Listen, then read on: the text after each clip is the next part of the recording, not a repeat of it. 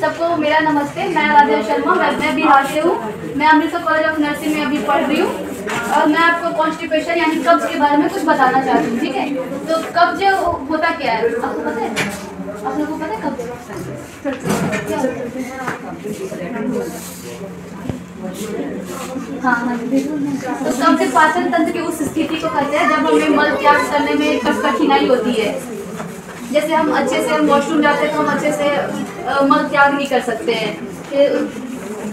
उसके सिम्टम्स यानी उसके कारण, उसके लक्षण क्या है?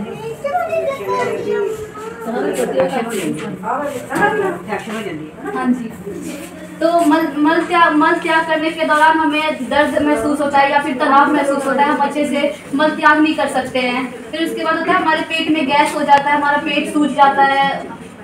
फिर पेट में ऐंठन और दर्द होती है। मतलब होता है ना कि जैसे हम अभी वॉशरूम से आए हैं, फिर हमें वॉशरूम जाने के लग रहा है कि हमें फिर से वॉशरूम जाना है।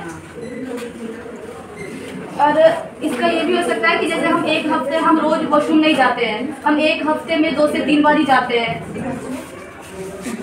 फिर उसका प्रिवेंशन क्या है? पहले कारण देखिए। इसका कारण, कॉन्स्टिपेशन का कारण क्या होता है कि हम कम पानी पीते हैं। अगर हम कम पानी पिएंगे, अगर हमारे बॉडी में कम पानी होगा तो हमें उससे भी हो सकता है कब्ज। फिर अनहेल्दी डाइट, यानी हम रोज फास्ट फूड खा रहे हैं, हम बर्गर खा रहे हैं, पिज्जा खा रहे हैं, हम अच्छे से डाइट नहीं ले रहे हैं, चावल नहीं खा रहे हैं, रोटी नहीं खा रहे हैं, तो इससे भी हमारा वो हो सकता है कॉन्स्टिपेशन।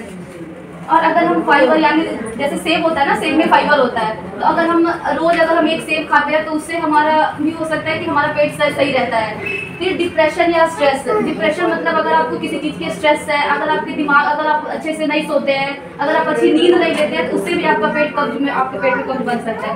फिर हो गया लैक ऑफ एक्सरसाइज, यानी अगर आप चलते नहीं है, फिरते नहीं है, दिन भर पड़े रहते हैं बेड पे, आप एक्सरसाइज नहीं करते। जैसे आप सुबह अगर होता है ना कि सुबह अगर आप एक्सरसाइज करेंगे, आप मॉर्निंग वॉक करेंगे, तो आपका फिटनेस सही रहता है। तो इसका ये भी कारण हो सकता है कॉन्स्टिपेशन का। तो उससे हम प्रिवेंशन यानी उसका बचाव हम कैसे कर सकते हैं? उसके लिए आपको हेल्दी डाइट लेना होगा। सबसे पहले तो जैसे आप रोज एक सेब खाइए, अगर वो भी नहीं है तो फिर आप चावल दाल या अच्छे से खाना खाइए।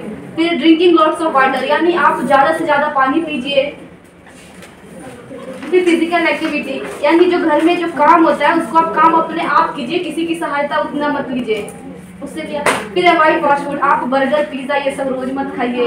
ये सब अपने और खुद को, बच्चों को भी बताइए कि ये सब नहीं खाना चाहिए। Thank you.